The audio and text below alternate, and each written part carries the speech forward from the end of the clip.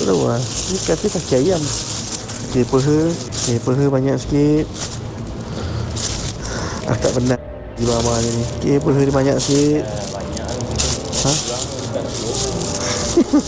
Okay, apa jadi kita bagilah kat apa.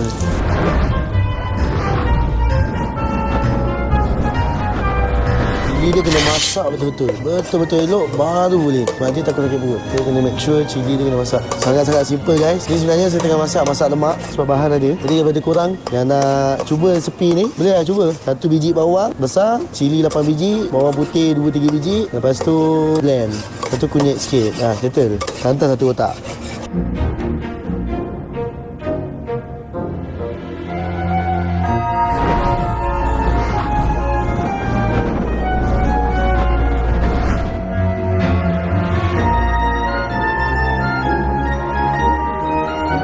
Abang dia nampak saya. Dia kata saya buat projek ni. Saya tak buat projek, saya kerja ni. Saya kerja kat supermarket ni. Gemuk tu 2 hari lagi lah nasi ni mau siap.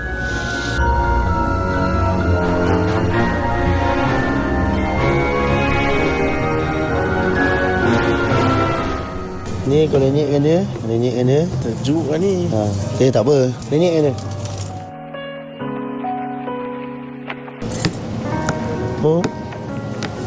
Dah.